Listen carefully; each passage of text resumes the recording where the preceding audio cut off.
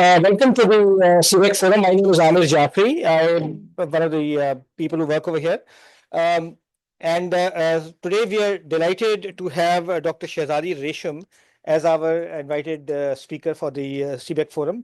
In this CBEC Forum, we invite people from within and outside of SIUT and outside the country as well. Many times we had foreign speakers as well, who've come and deliberated on a variety of topics, and but everything intersects with ethics. Some of them are clinical topics like today. Some of them are literary topics. Some of them are social topics, etc. But everything has a theme that is somewhere connecting to ethics. So today we have Dr. Shahzadi Resham, who is specializes in pediatrics, pediatric hematology, oncology, and then later went on to do her global palliative care fellowship from St. Jude's Children's Hospital in the US. She has pioneered the pediatric palliative care program at the Aga Khan University, where she is a consultant palliative care physician. This is a new field for Pakistan, certainly in the pediatric area also, but adult palliative care is also a very new field in Pakistan. It is an extremely important field, but there is a general lack of awareness, we believe, not only in physicians, certainly in the public, but certainly also in physicians, people who care for very sick people.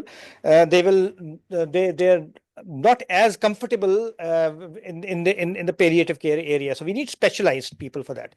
And that's why we got Dr. Resham over here to talk about this. Dr. Resham has also got a pediatric bioethics certification from the Children's Mercy Hospital in Kansas City. And I was just wondering whether bioethics came first and led to palliative care medicine, or palliative care medicine came first and led to bioethics. That's something that you can maybe address later on.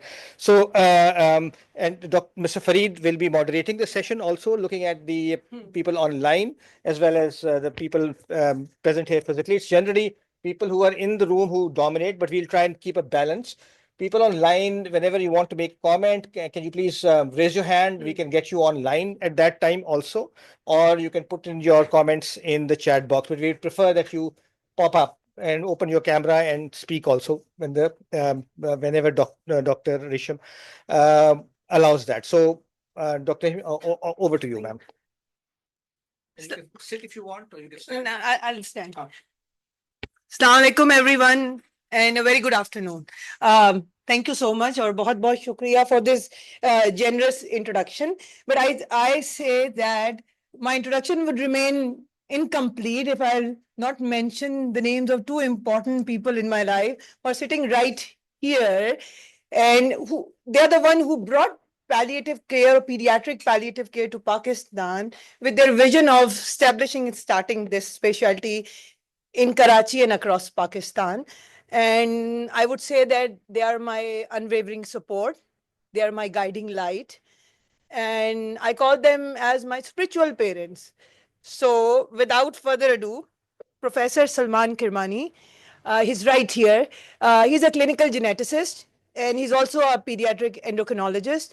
And currently he's chairing the division of women and child health at Aga Khan University Hospital. And sitting next to her is Dr. Sadaf Altab. She's an assistant professor, pediatric hematology oncology. She's the director of fellowship pediatric hematology program. And she's also chairing an office of career counseling for our undergraduate medical students at Aga Khan University Hospital. So thank you so much. And thank you so much, everyone, for giving us the opportunity to talk about such an important topic that we all think that requires much attention than that has been given before. So,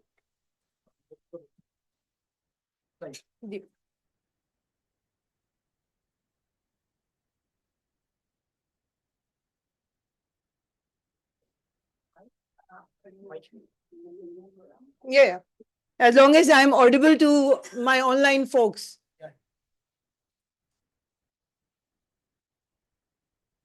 So, yeah, thank you so much, everyone, for coming and joining in. So I have disclosed everything which I wanted to, but no financial disclosure to begin with.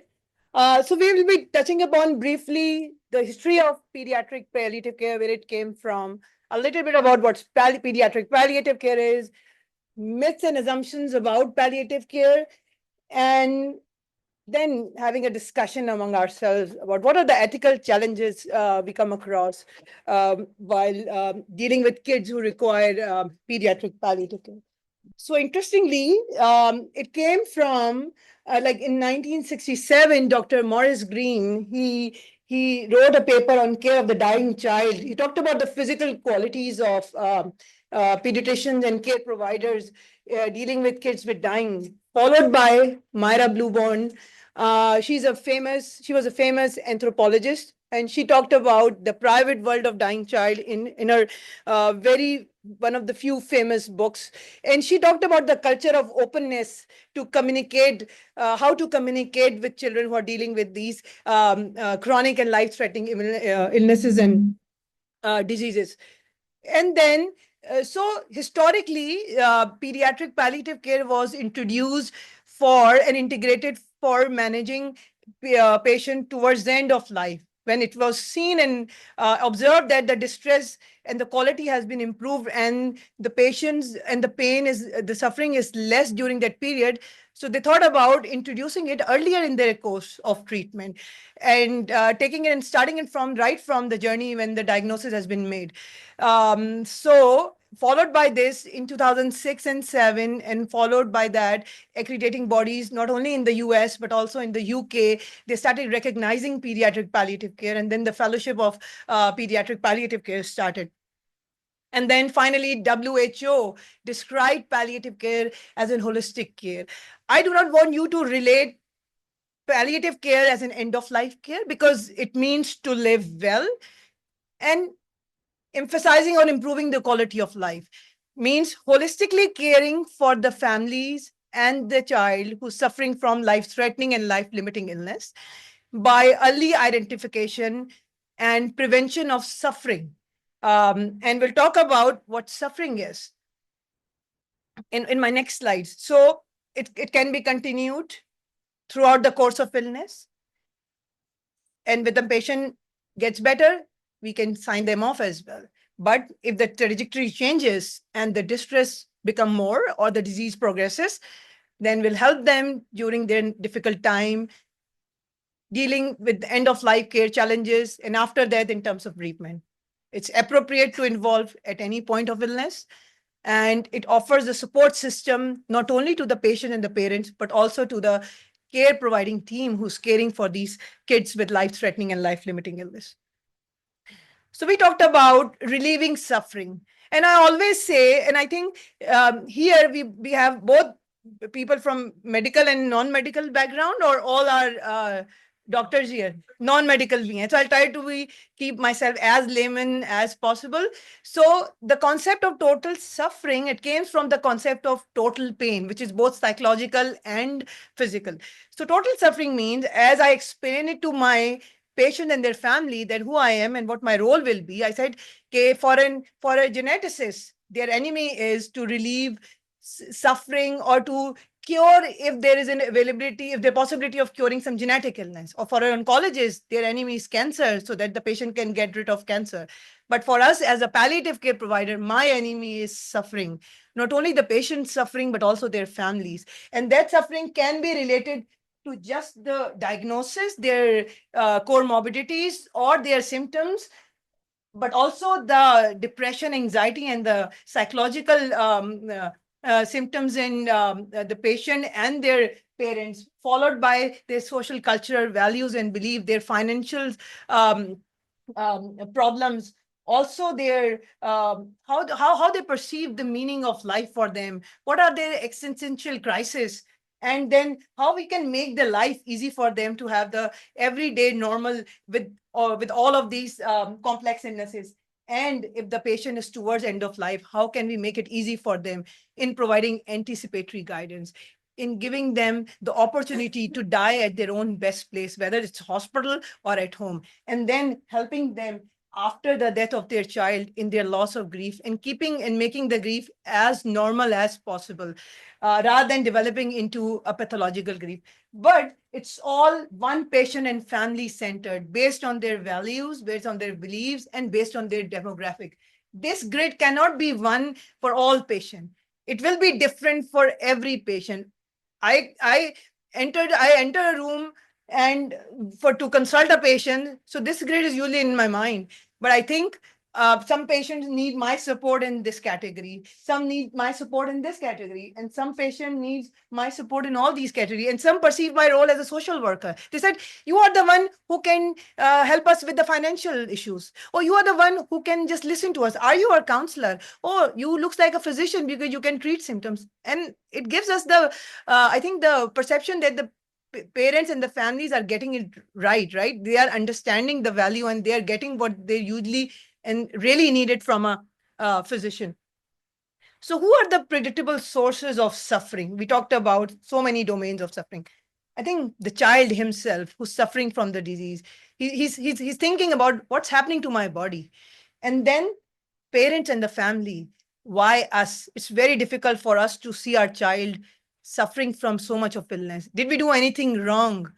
And Allah Mia has given us this in a form of a punishment, or maybe an azmaish, which is a sakht azmaish, or the siblings. What is happening to the dynamic of our family? Why everyone is caring for my this sibling and nobody is taking care of me? And that siblings are becoming agitated or developing ADHD or so many other psychological problems. And the care team who's trying to help cope the family with this illness and trying to help cope themselves in providing them the care. So how can we integrate this palliative care and relieving the suffering in all these domains in a journey of one of our patient who was an 18-year-old teenager, and he had a metastatic malignancy of soft tissue. And so he came to us, and he was very smart, very lively, used to flirt with us. He was a very cool and smart teenager. And he was he was an educated, wanted to study more and more. And he had one elder brother. And he was very close to both of his parents, but more to his mom. And Pediatric Palliative Care team and the Quality of Life team, which we called ourselves as in our hospital, was introduced right from the beginning when the diagnosis of metastatic rhabdomyosarcoma was made. So this is his illness trajectory. And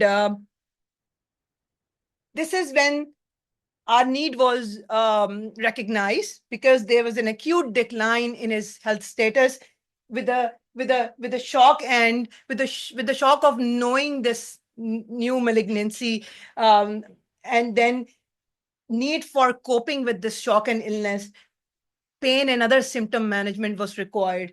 And then who will facilitate all these communication? How we can help relieve the suffering or the distress that sometimes come to us as like maybe as a difficult situation of communicating with these families, like when we talk about metastatic disease in an 18-year-old, and then thinking about establishing goals of care plan for them, and then addressing psychosocial needs. So this is where palliative care team or a quality of life team helps right when we make our diagnosis. And what we did with our SA, I'll call him SA.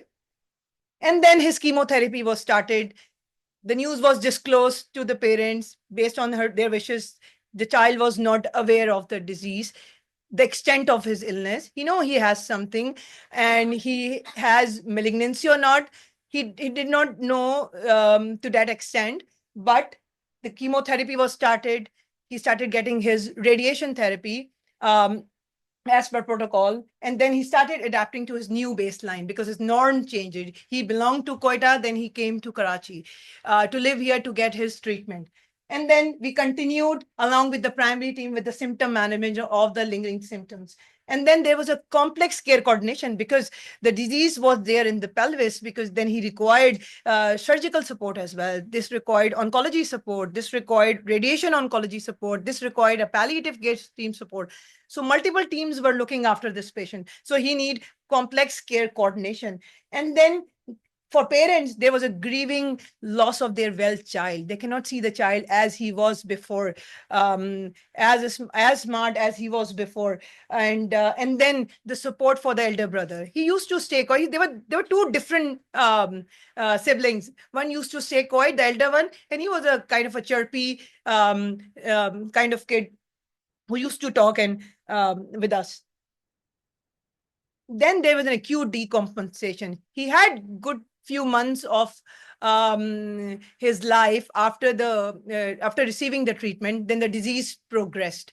When the disease progressed, his symptoms become they increased, and they caused more distressing symptoms of inability to pass urine. Then he had both urostomy in place, and then abdominal pain, and followed by the thought that always has come to my mind, that does he know about his illness? Now the disease has progressed, and we usually, as primary and myself, used to talk about this, but respecting parents' wishes as well, that they do not want to disclose this to their child, that what is happening.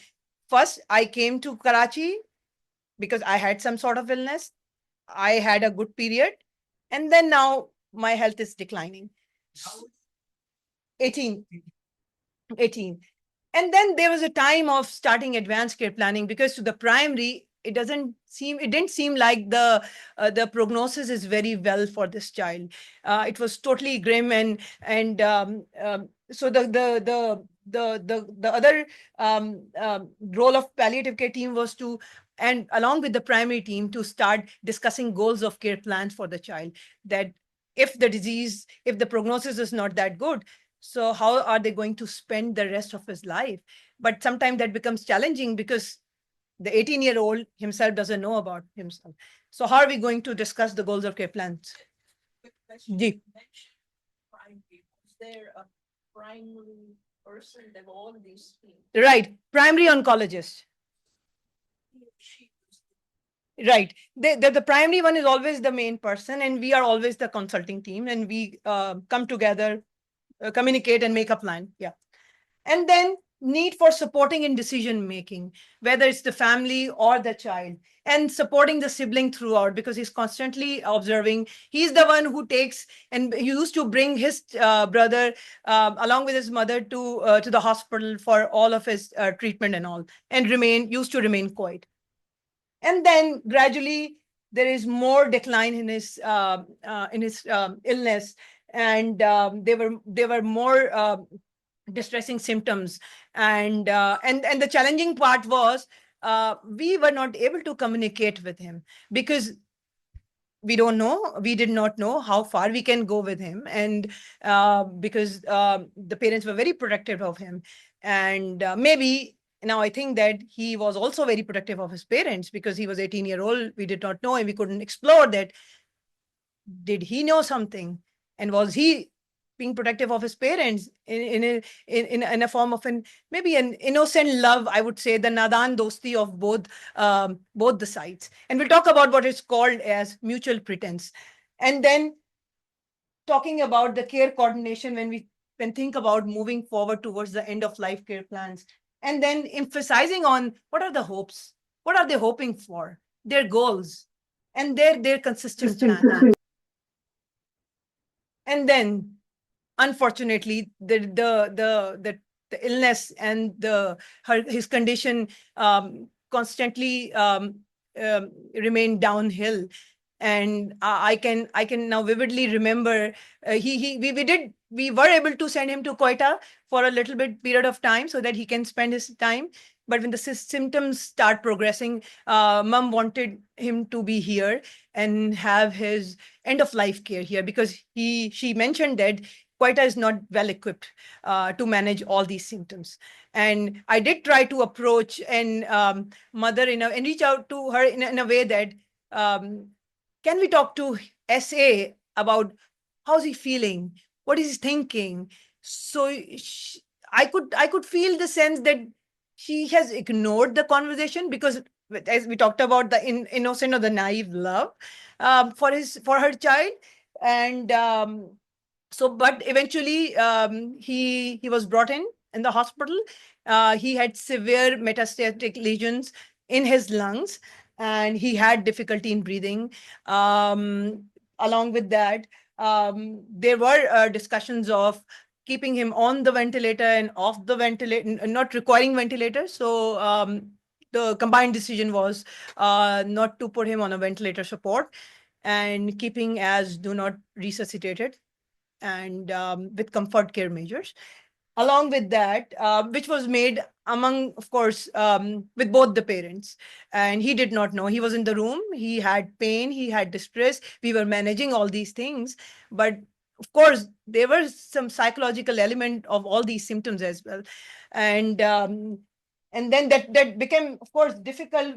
And I would say that there were some ethical challenges as well, dealing with those symptoms. And then I think in a day after that, he passed away in the hospital.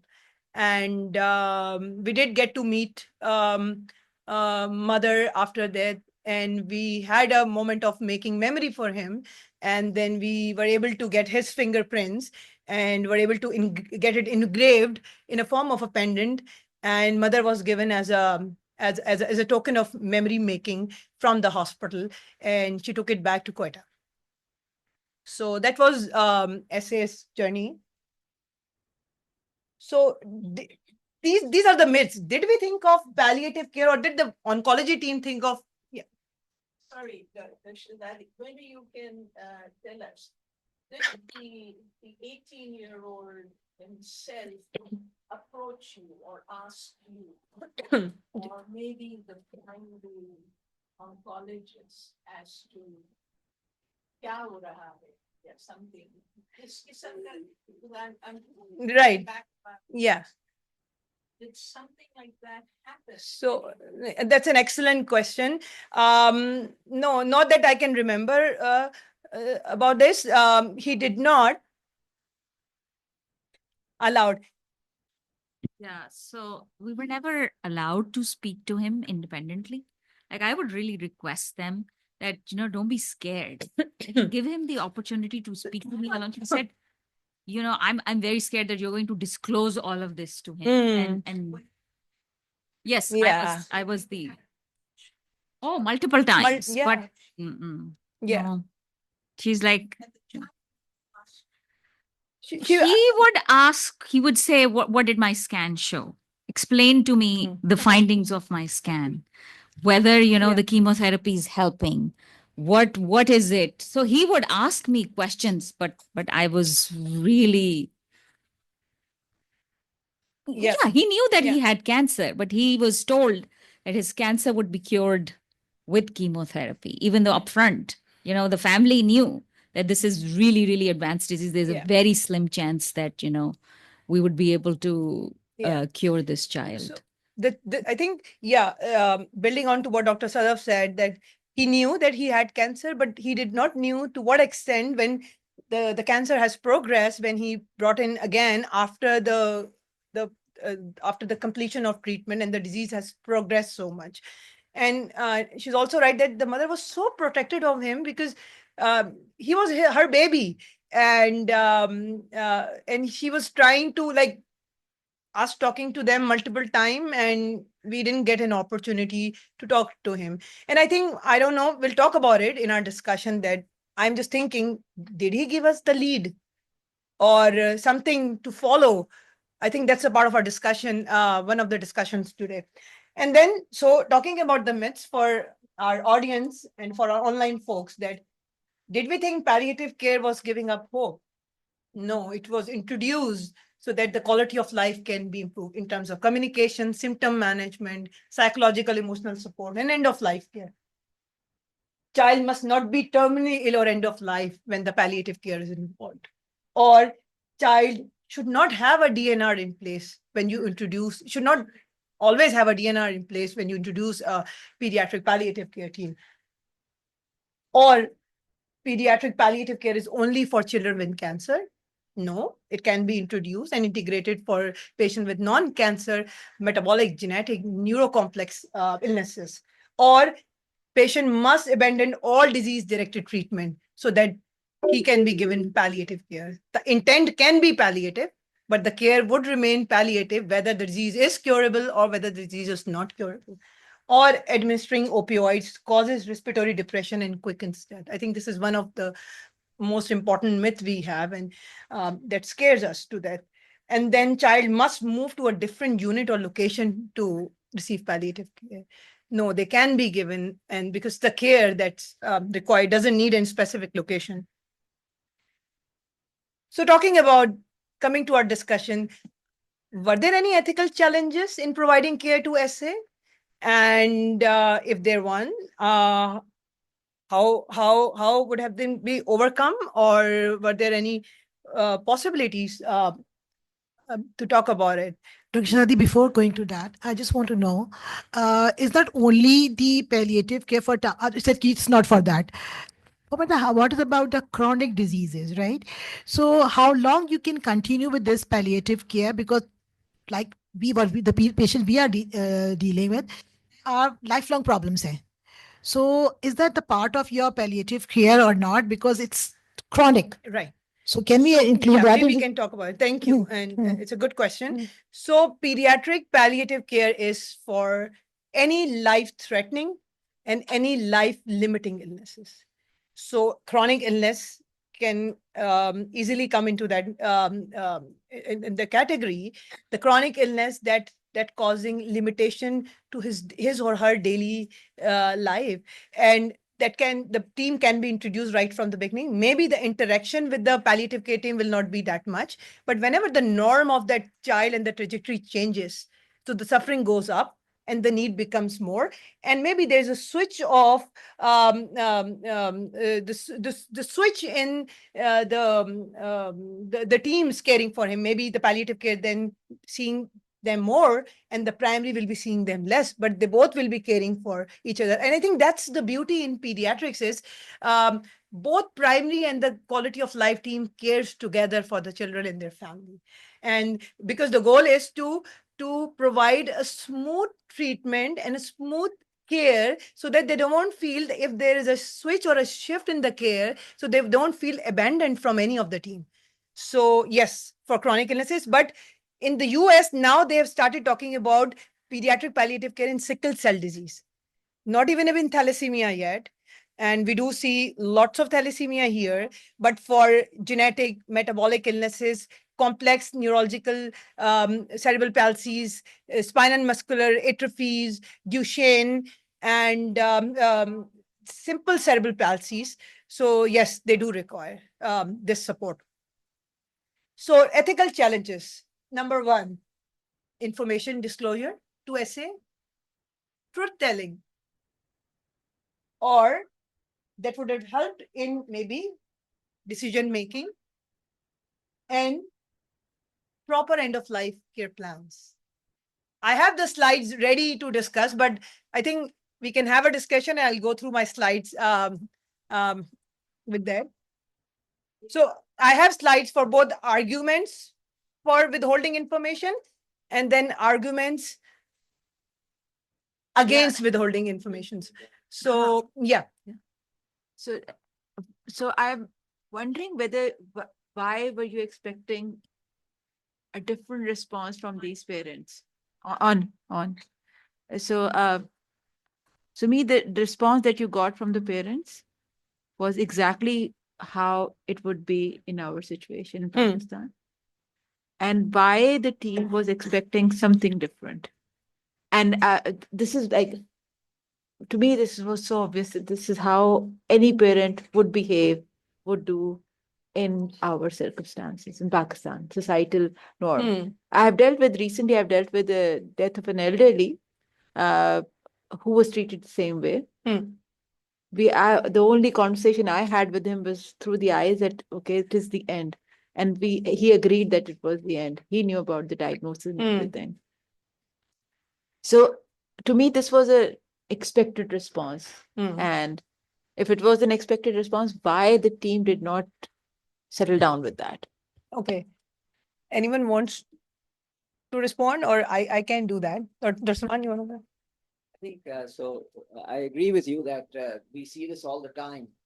But I think part of what bothers us, and I'll be very honest, is that we have a very Western-centric ethical standard. And I'm not saying that that's good or bad, but I think that's one thing. But the other thing I think specific to this case is that the child is actually not a child. Yes. This is an 18-year-old you're dealing with. And so that, I mean, maybe it's just a difference of 1 day or 1 month, but this person was 18 at the diagnosis. And, in another setting would have been dealt with completely differently, and the parents would have been sidelined and whatever. So I'm, in the end, I think the right thing was done for our setting, but there's a very strong argument to be made that the parents' wishes should have been challenged upfront because you were dealing with an adult. Yeah. So, Commentary? yeah, please go ahead. So to me, again, I have actually, a- yeah. yeah, sorry, you want to No, say no. something? Yeah. So for in our situation, the trust is with the parents. The child trusts the parents most. I don't know, and I don't know whether you have probed it or not in your situation, whether parents did have a conversation with this child, not you having the part of the discussion. So because that is so in our situation, parents would not be happy this child trusting the healthcare professional. They would be happy child trusting them, and probably there's a stronger trust relationship there. That's how I So, would. yeah, that's an interesting. I'm so sorry. You want to take this? So, Dr. Nida, so I think that's very interesting. You're talking about the trust of this 18-year-old in his parents. I think we did try to explore in this case that how far should we go with the information and all, while talking to the parents.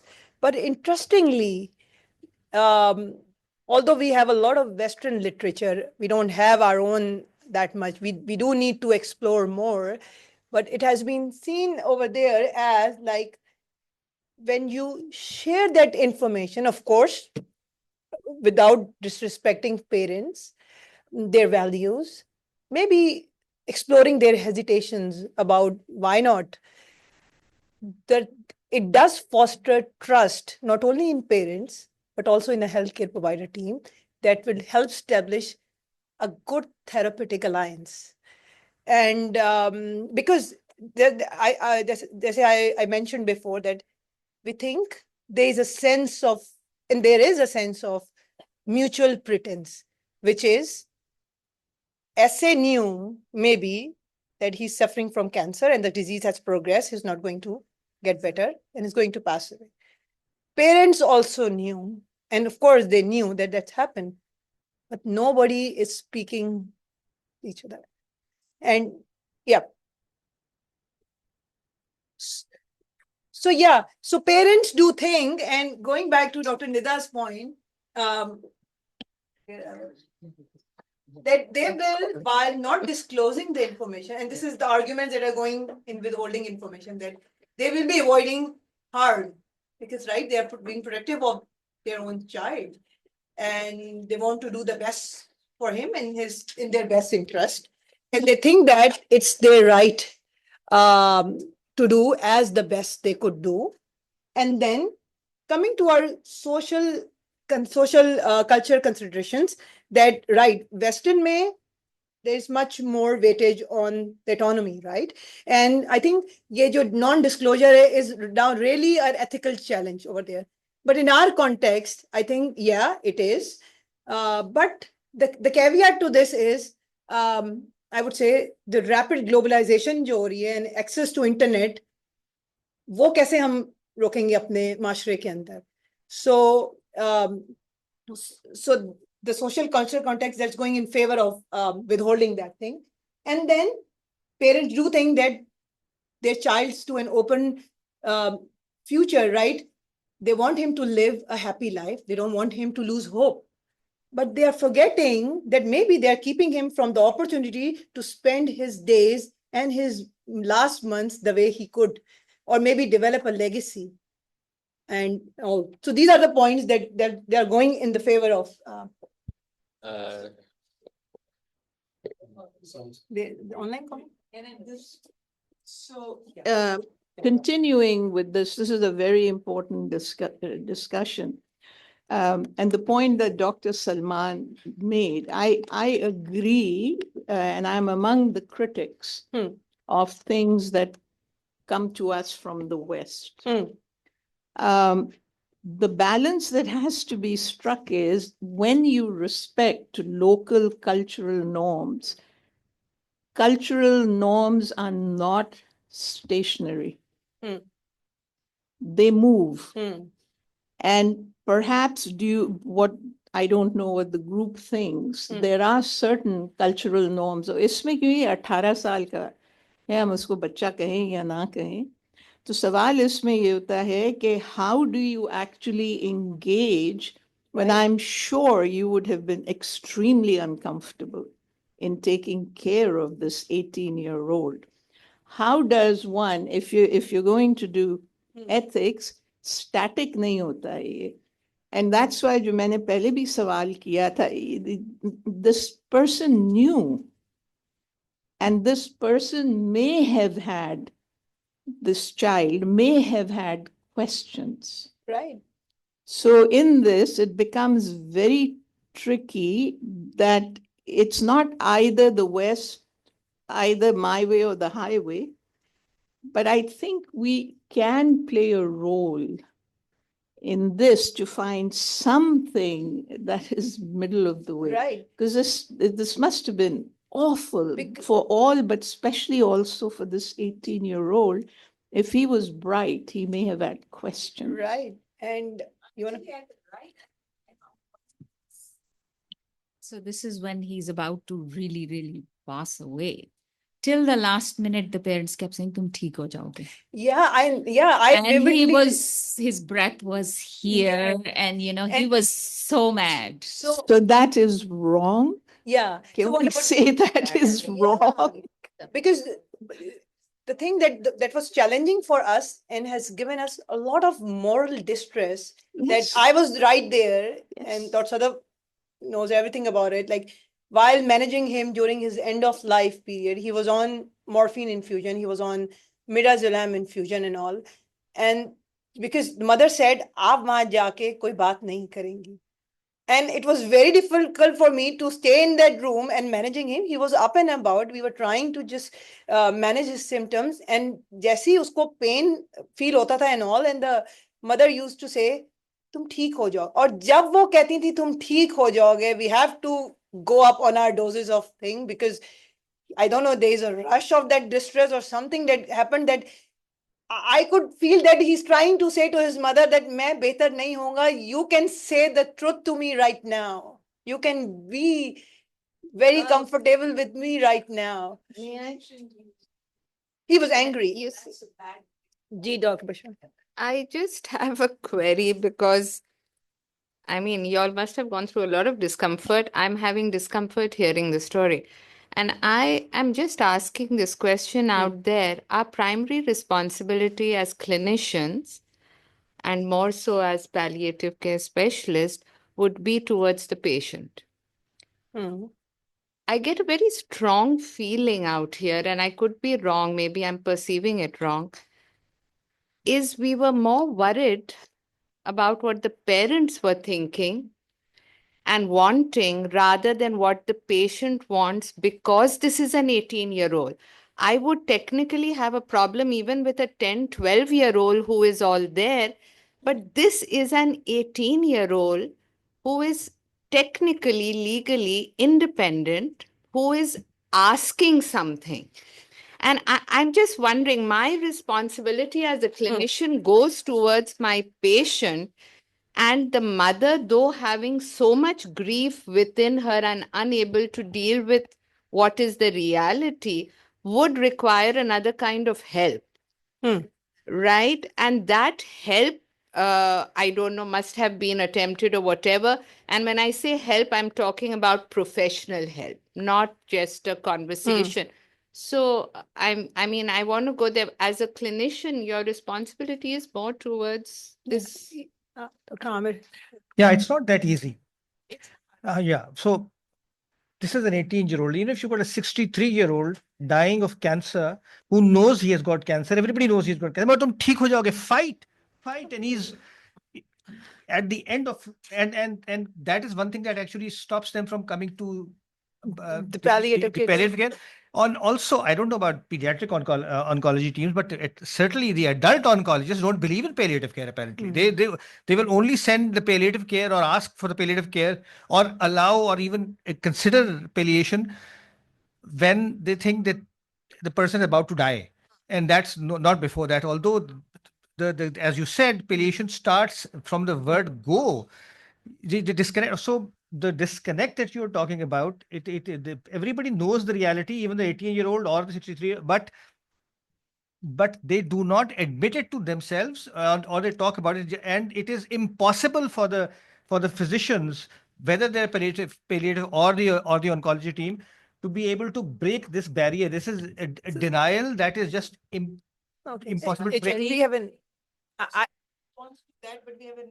We have some comments online from the online participants. Aisha Adamu says that although the child is 18 years old and he did ask something about his condition, but you did not disclose to uphold the parents' wishes. What if he did not have asked at all? So would the healthcare give ahead and tell him about what he did not ask about? So, thank you so much, Aisha. That's a very good question. And so I think this will also respond Dr. Bushra's question as well. This is the different when you are dealing with kids in pediatrics as compared to adult. You have to have and you want to have a good therapeutic alliance because it's a trilateral relationship. You can't treat the child alone. You have to take into account parents, child, and the physicians. So it's a trilateral relationships. So you cannot go behind the back of the parents and talk directly to the child, whether he's 18 or 16, that you are suffering from this or that. But we do need to communicate in a way that and come to the terms that why they're hesitating to not to disclose. Were there any previous experiences or what is important for them? And then coming up with and discussing all the possibilities of not giving him the opportunity to make legacy and spending his time. And maybe while not doing this, they will be doing more harm, which is not their goal. Their goal is to prevent harm. I think this needs a lot of these discussions in order to reach out the patient himself. And while responding to Aisha's question, I think this has responded to her question as well, that no, directly speaking to him, if he hasn't asked us, I think then it won't be right with the parents. And again, it comes to that trilateral relationship, because in pediatrics, you can't treat the child alone, even if he's 18-year-old. We have, sorry. More? We have a question and a comment. A comment from Anna Mishtaq, and she mentions about a concept of palliative paternalism. She says that in palliative care, it's really important to strike a balance between benefit and burden. And this concept of palliative paternalism, which means you don't pay options that might increase the burden. It's challenging and a very uncertain situation to deal with. The emotions behind tum theek ho jaoge is powerful in itself. And Rabi has a question. So if the patient is on palliative care, how would telling him the right information or the status could benefit him or her? So, like the discussion, sorry, I just wanted to ask you one thing, that in the beginning you said he was a very chirpy child. He was a talkative child. He was very intelligent, right? So he must have asked a lot of questions about his illness, about his journey, about his prognosis. Like, he was an intelligent child. So how you people dealt with that when the mother was saying that you don't have to say anything and with zips on your lips? How did you tackle that? Excellent question. So we are all talking about nobody is in favor of not withholding and nobody is in favor of withholding, right? And we're trying to find out a common grounds for it. And responding to your question is, it's not very easy to deal with these situations. But I think as a palliative care provider, I do have some kind of training in communication, that how would you, like Dr. Farad also mentioned, that it's very difficult to talk to the child about the disease.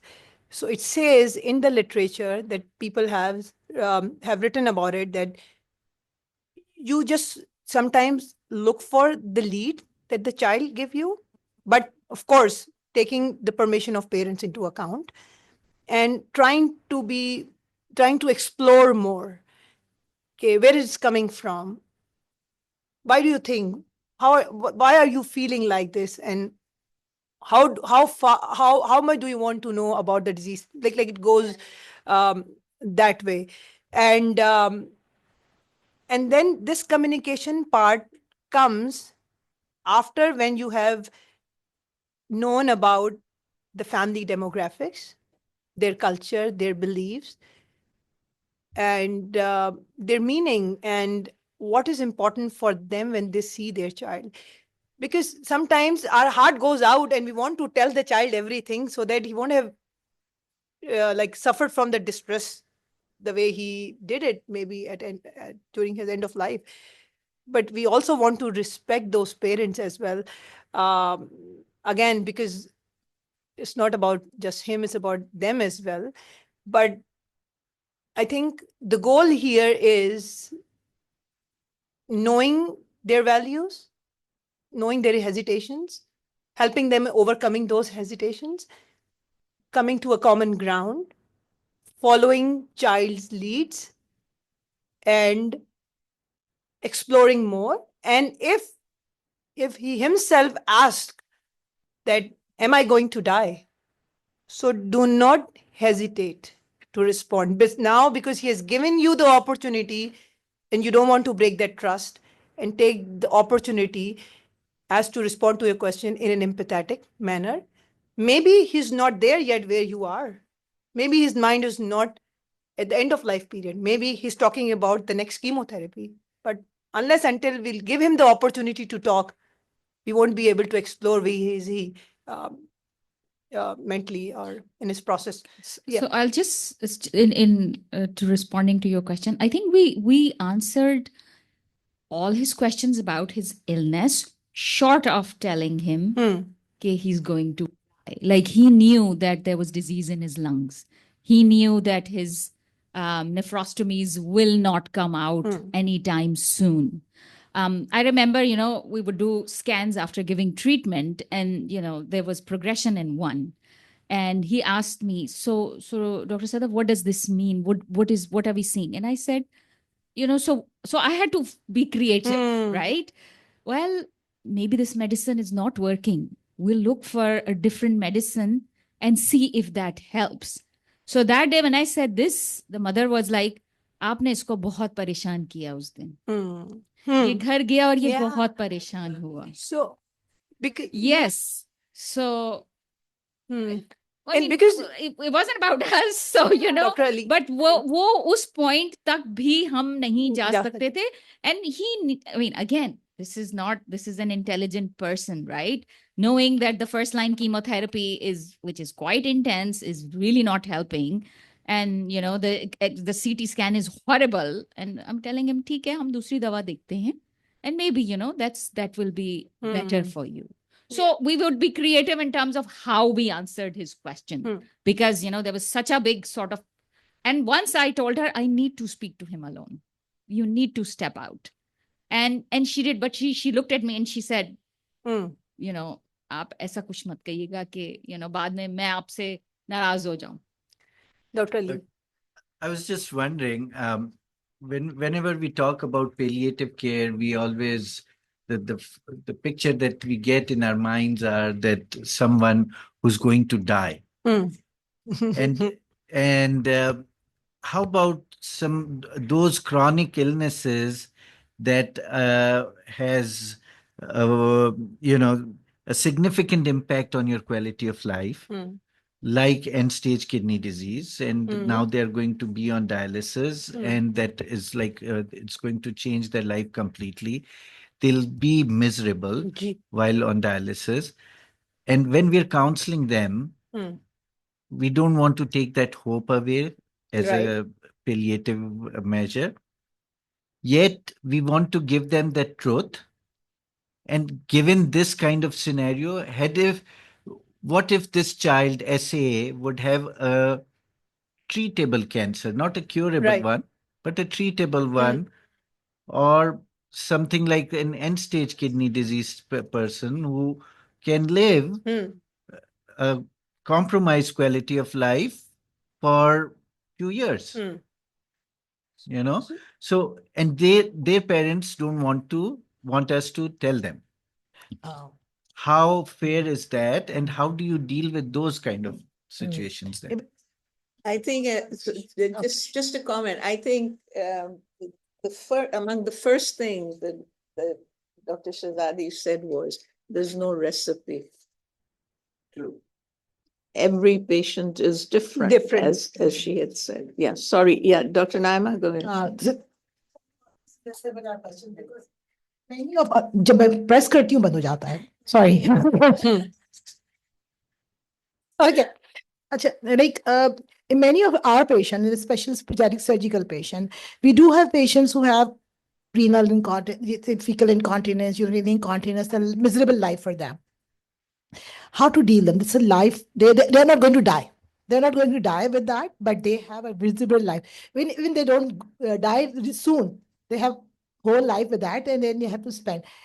For that matter, how you deal with these children. That is important because I want to know, especially for. I think that's the similar question what Dr. Ali has asked. I think it doesn't depend on whether the disease is curable or not curable, as long as it's chronic and life limiting and impacting the quality of life.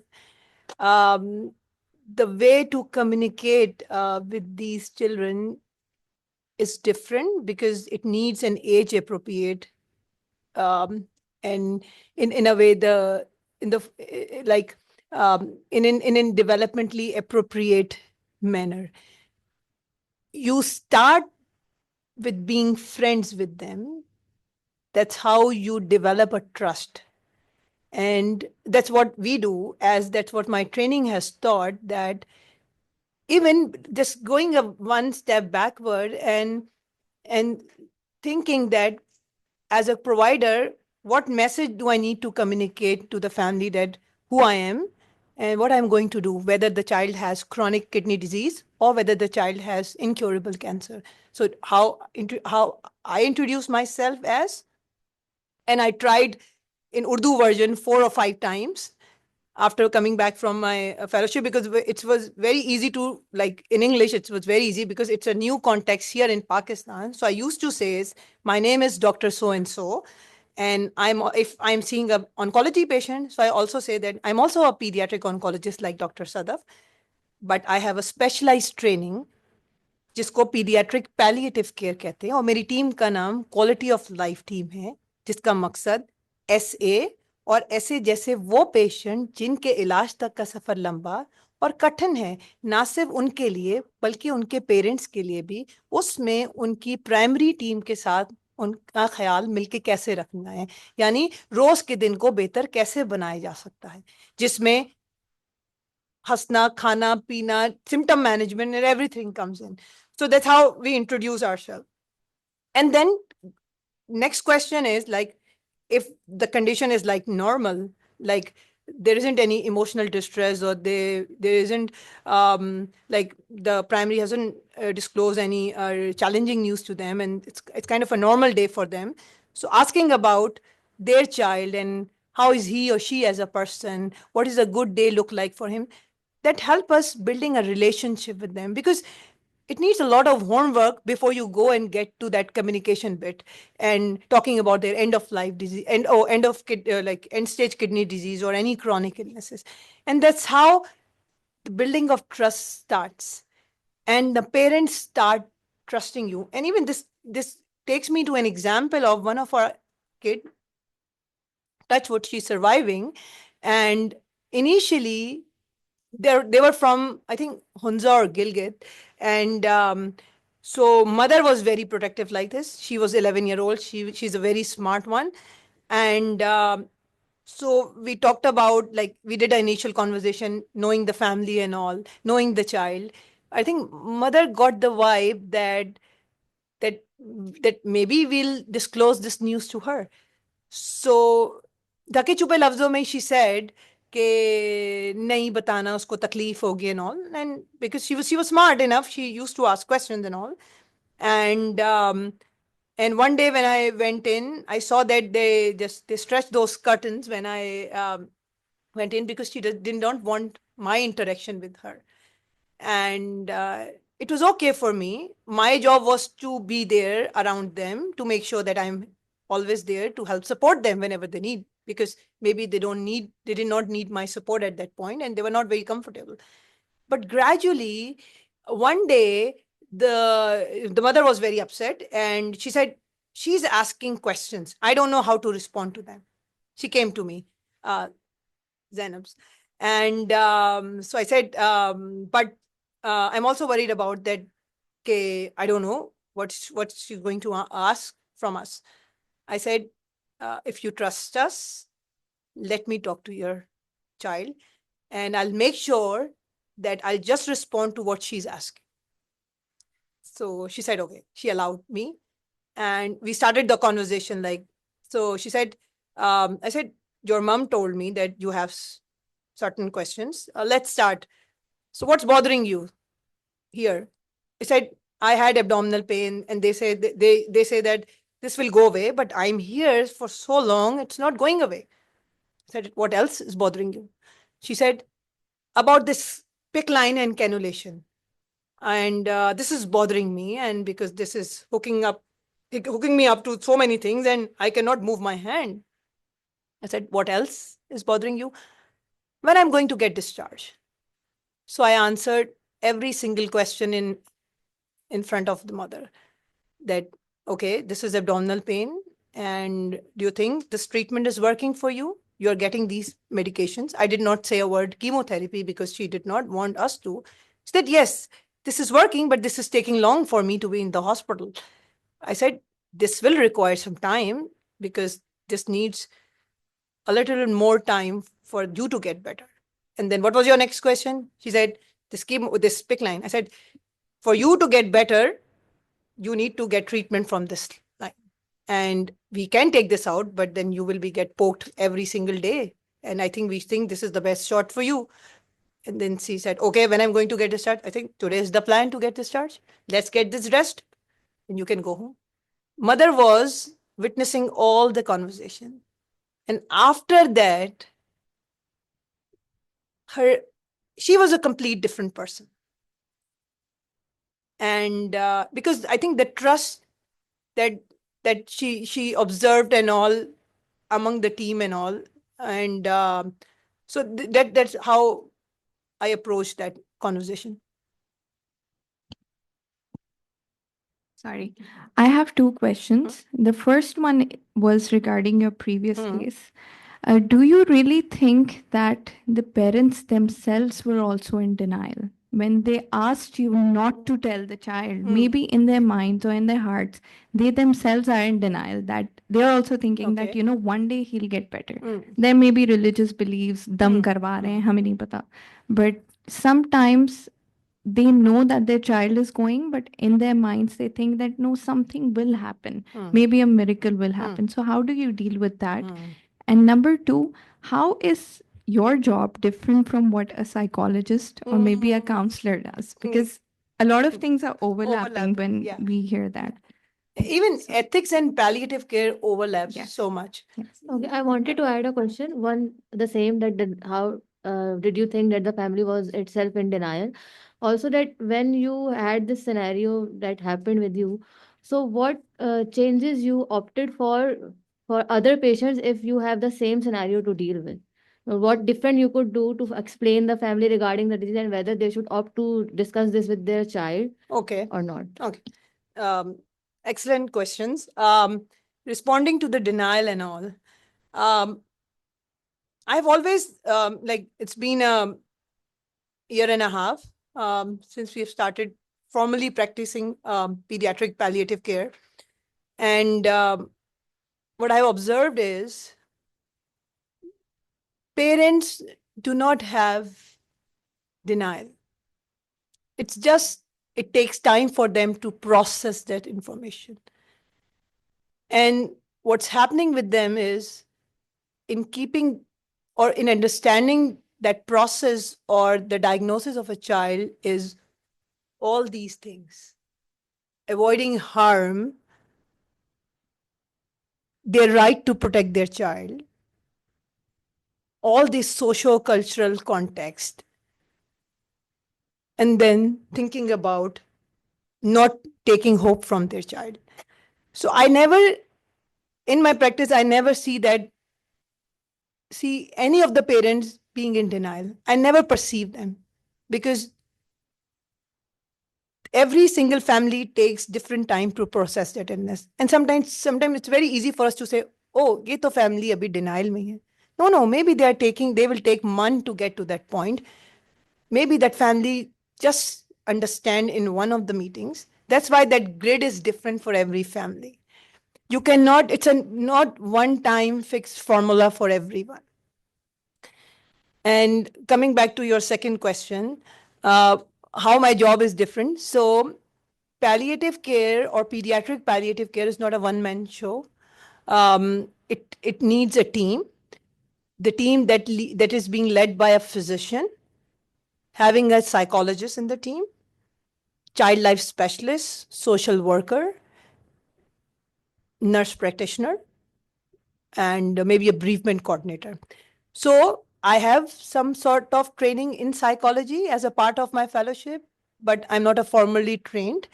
My job is to being their sounding board, help them vent out whatever they want to. But whenever I find out the need for them to have a professional, like a formal professional consult with them, so we involve one of our psychologists to come in as in an interdisciplinary team member and take care of that family and the child. So I do not do CBT. I do not do any kind of therapy. I just know how to communicate with the families and the mother so that they can pour their heart out in front of me. And I make sure that I'll give them the opportunity to relieve their distress. Coming back to your question, our job is not to go in with an intention to break the news and come up with different ideas or strategies to tell to that now my job is to open the curtain, and for this patient, I'm going to tell the patient that you are suffering from this disease. No, I will follow that grid, that knowing the family and their value is very important. Without that, your care will be of no means. So maybe they'll give you the opportunity and you will be happy that, but we should be happy if they don't give us the opportunity, because that's how they want it to be like for them. So I have a question for you, Resham. How do you deal with the fact that the primary team, after you've been involved, opposes your plans or doesn't agree? What do you do there? So it's a very interesting question. Keeping in mind myself that we are a consulting team, and as a consulting team, we make recommendations. Our job is to, of course, educate and create awareness among our team members. At the end of the day, my job is to make recommendation that this is in the best interest for the family and the child. And that's it. And then I think things get so easy when you're able to communicate among the team members. So I'll go, when I speak with the family and the child, my job, I don't just write my notes and that's my recommendation plan. I make sure I'll circle back, I close the loop with the primary that this has happened. These are the important points and these are my recommendations. And let me know how can I be helpful for you. And sometimes they do agree with the recommendation and sometimes they don't. So, yeah. So you take that in that. So we have a question from Rafia Tabassum, and she says that creating trust between healthcare professionals and patients is essential in both adults and pediatrics. But to develop trust, boundaries are also important. Who will decide in our setup when to implement those, or I think she's asking about balancing between boundaries and trust. What can she specify on the boundaries? Dr. Afia, you can turn your mic on and ask your question.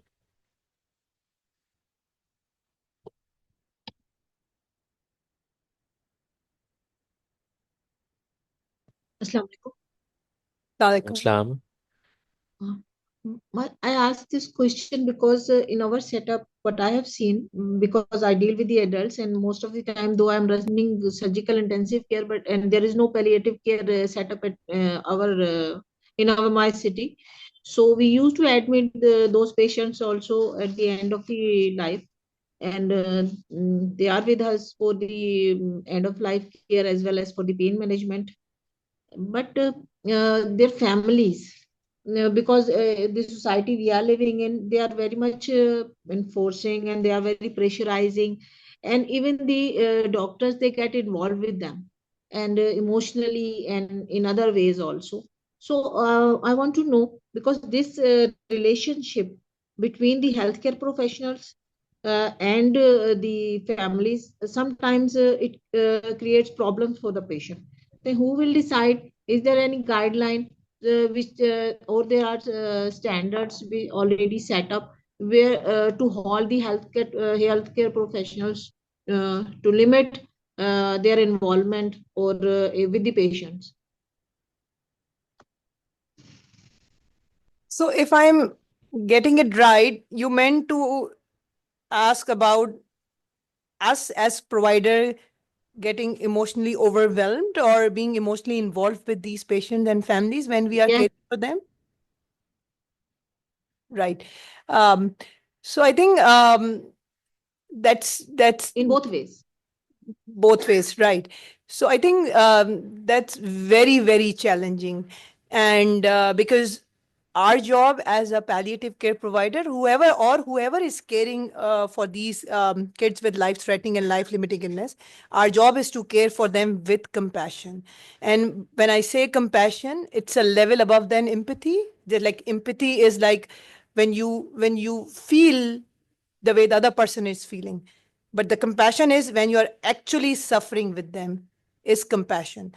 But as a healthcare provider, to maintain our health and as a self-care of us, yes, we need to keep some boundaries. And you want to be very compassionate, empathetic, but of course you don't want to be friends with them. So you want to keep a very fine line, and there are several ways that you can do with that. Like as a palliative care provider, because I get so many messages and calls, I haven't given them my um, phone number. They have the hotline number. They reach out to us through the hotline. They know, although I feel bad that these are the timings to respond, but this is how, for now, I'm maintaining those boundaries. So this is one way, and I think boundaries become clear when you are very clear and honest and transparent in your conversation with them. I think communication is super critical everywhere, and sometimes they do get emotionally involved with you. So then you need to bring in the psychology and the other team members. So, and you get the sense that where the family is needing more emotional support, and because you don't want them to be dependent on you, and you don't want yourself to be dependent on them. So yes, so you need to have clear boundaries within ourselves. And I think it comes with experience, and it comes with time. And you cannot make, maybe after a couple of years, I'll be able to make a strategic plan how to protect your emotional well being. But it comes with one's own experience and all. Um, Yeah, I'll comment on that, Resham. I see you being battered and bruised every single day, and I think it's just your special personality that allows you to come back rejuvenated. But we worry about you, and as we do about a lot of our colleagues who just really, really care about their patients from the heart. You said don't make friends with them, but I don't think you really follow that because you do stuff for them that their friends wouldn't do. So most of you don't know this, but there are some videos on YouTube. Resham was able to arrange for a child who was about to die for Babar Azam to come and see him in the ICU. And I mean that was his dying wish. That child knew he was going to die, and he articulated that I want to meet Babar Azam, and she talked to someone who knew someone who knew someone who knew Babar Azam, and there he came. I have a patient that Resham co-manages, a girl with very, very terrible X-linked hypophosphatemic rickets, and she arranged home care for them. They live in a Kachi Abadi.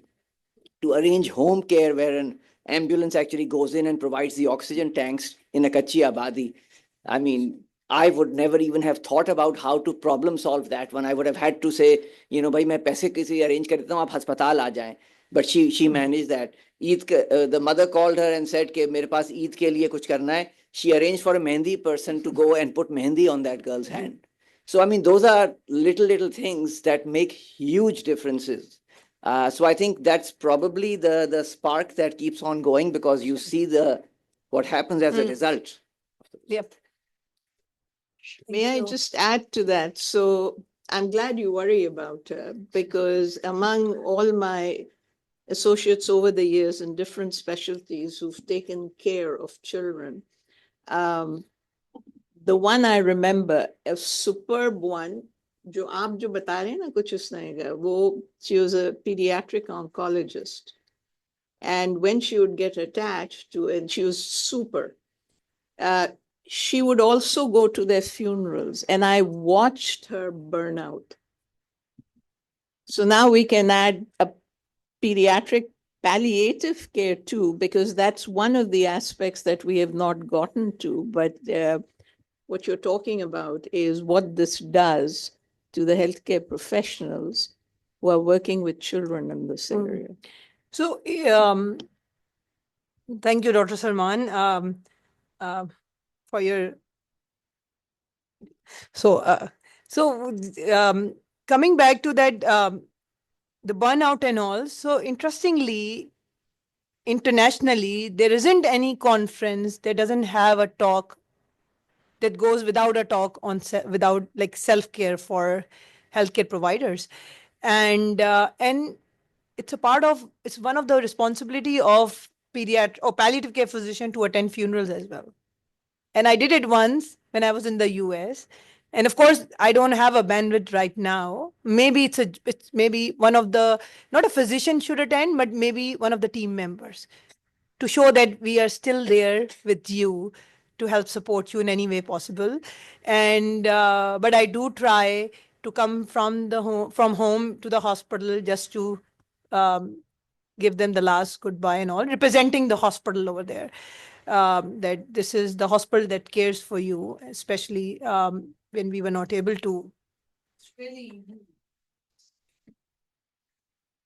Yeah, it's me representing the hospital there. And I have a comment. It's not really a question, sort of like a question/comment kind of thing. So that's a lot of emotion work that palliative care physicians, especially enhanced in the case of pediatric patients, that you're doing. And that's a lot of emotional labor, right?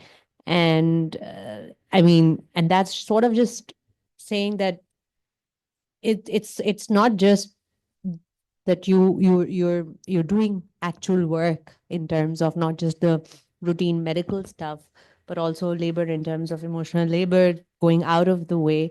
And where do you then draw boundaries then in saying, okay, this is where I am going to end, because it's not good for my own sanity, frankly. At some point, it becomes the question of your own sanity is where do you draw the line and say, okay, I'm not going to do ab aur nahi karungi. And I think it doesn't just generally happen it obviously happens for all physicians. It also happens to other people, but that's a lot of emotion work and emotional work and labor that you're doing. Right. Yeah. Thank you. Actually, I'm still struggling with this, and I'm not able to find out a right answer, way to draw a boundary. But I have enough support who teaches me every single day that Resham, now this is the point where you should not do this thing.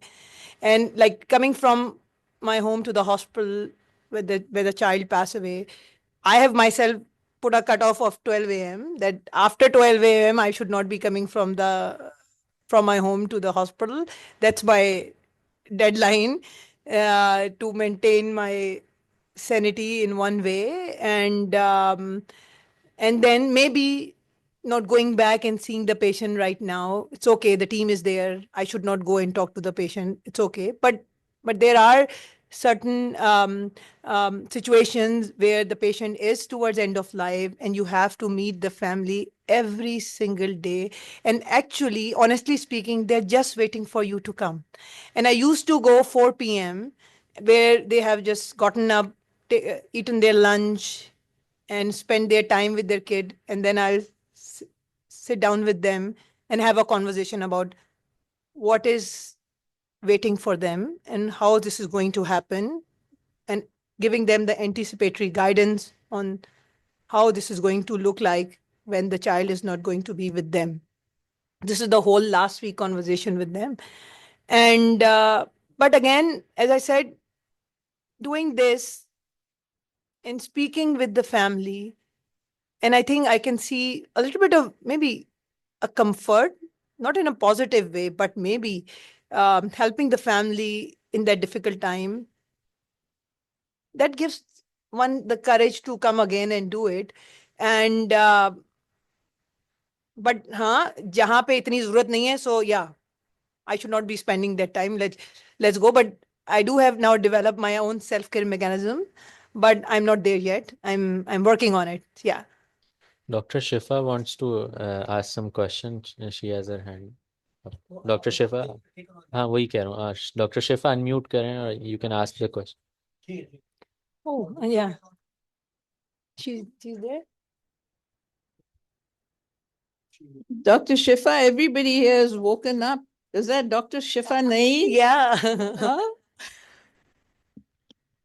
We miss you here in person.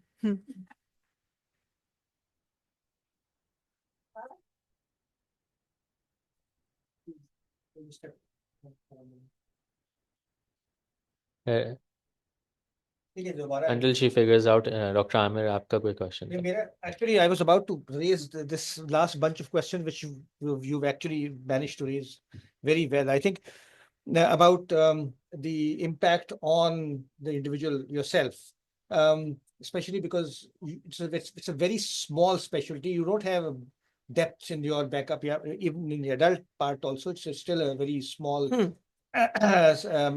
subgroup that's working, and support from each other is lacking also. But I wanted to go back to what you had said about the trilateral treatment. I think it's a multilateral treatment because when cancer afflicts a person, especially a child, but even an adult, it's the whole family that's suffering. It's the whole family that you're actually treating also. So you may be giving chemo, these guys may be giving chemo to only one person, but it is the entire family around. And they have their own coping mechanism. One coping mechanism is that बुरी चीज नहीं बोलना. बुरा लफ्ज नहीं सीख हो जाओगे नहीं, you fight for and they are doing it out of love, even though by doing so they're actually making it worse for themselves, and for the patient who's also saying I mean he goes along with that. That's a very probably I'm not sure, but that may just be very socio-cultural norm for us and not somewhere in the West, but certainly for us. So the one reaction from that is, and what I've seen also, unfortunately, in adults, is go with the flow. So the family wants more chemo. We've got lots of chemo. We can give more chemo, and we can keep on giving. Even if the patient is, it's a beyond salvage from all points of view. But since he's breathing, we should still, because I'm treat kar rahe hain. Although you're treating nothing, not even So that's one. The other one, of course, is that you fight and you make them understand. And you said, and you were, I think, very gracious when you said that they're not in denial. They're just not processing. So, but processing also takes maybe a finite amount of time, and there are various different players in this multilateral fight that you have to fight, in which most people are coming from their own backgrounds and their own knowledge, and their own caring, etc. And everybody is caring. So everybody's focus is that particular patient जो कि पिस रहा होता है बीच में. So उस सबको cope करना for the oncologist, it may be, I'm not saying this, Sadaf, for you, but for oncologists, one way is easiest, go with the flow. But the other thing is, of course, to make them understand, which takes Right. more time. So that's what is called as goals of care plans.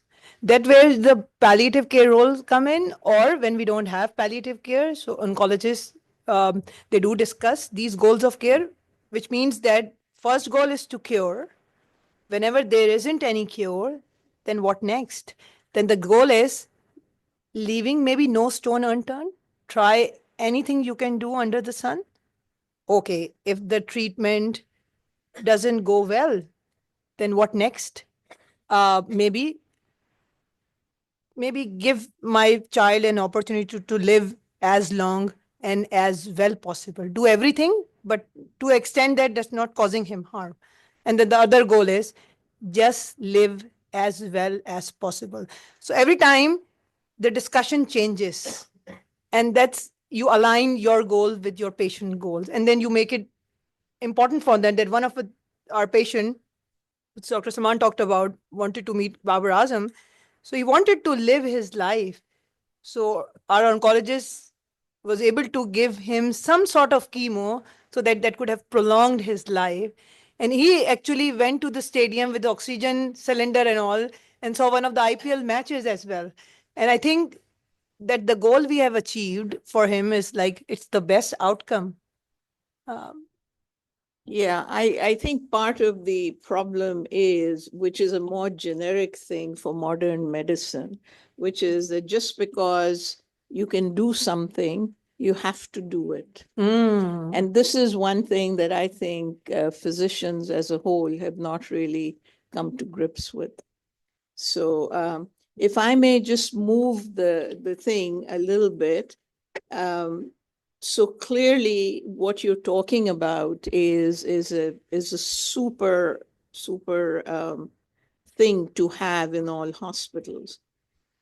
But the people who are sitting around this table, and we can ask them, none of them have this capacity. Right.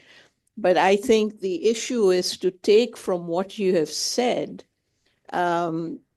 lessons that out of this, individual primary physicians can also provide some of this.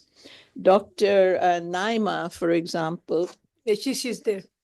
You're there.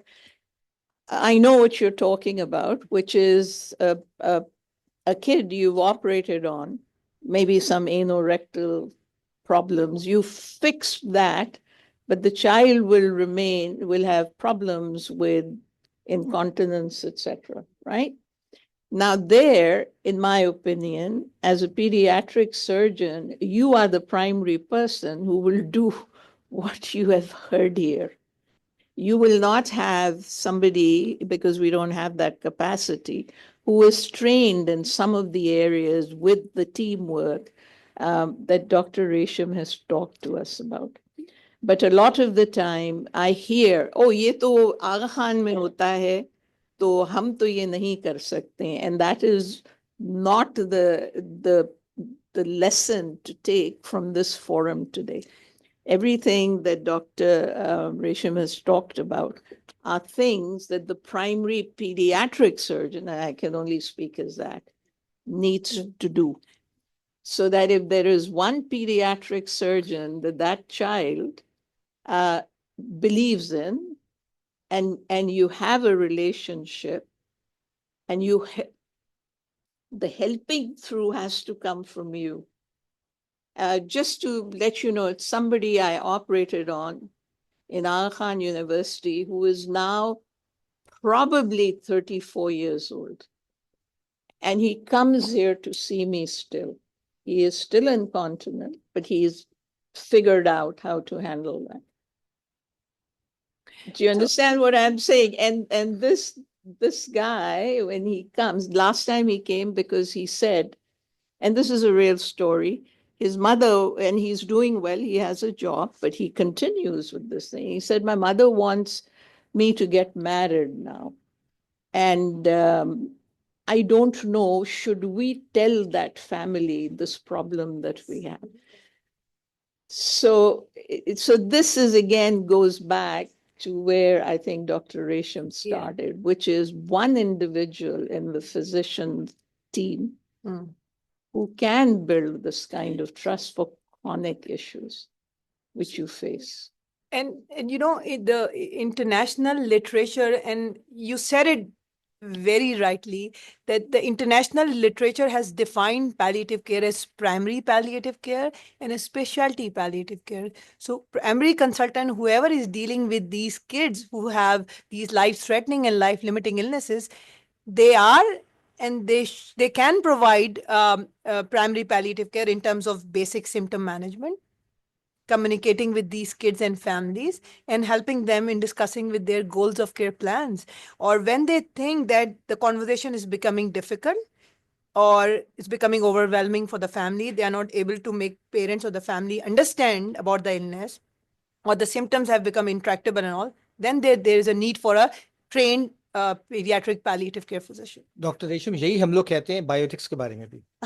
So there are primary bioethics practitioners who are all physicians. Right. Should be all physicians. You don't need a specialist.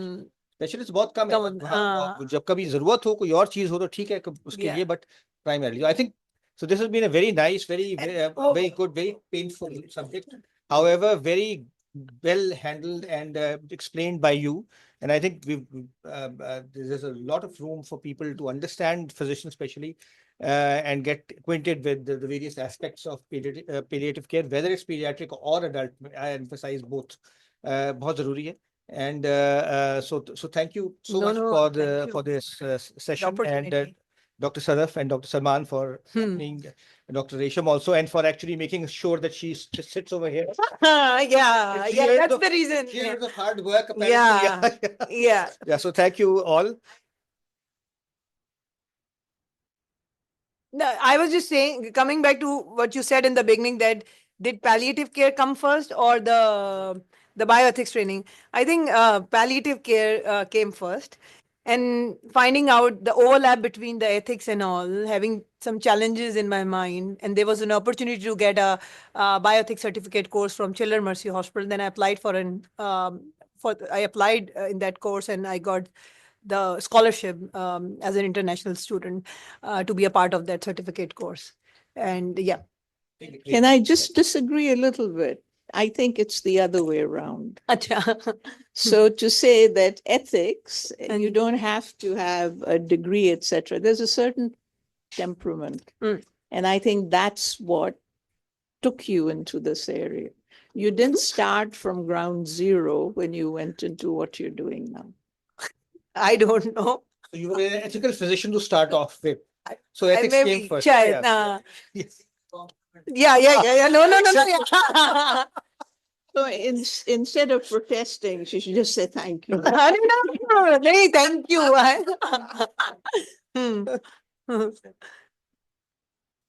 Thank you very much for an excellent session, and we should think about a follow-up at some point. Inshallah. We've already got bioethics के अंदर हमारा जो course होता है इसमें we have a part of palliative care that comes into this also. So thanks a lot again. Thank you very much. Thank you so much for the opportunity, Just so that you don't forget us. Yeah. Thank you. Newsletter है और Thank you.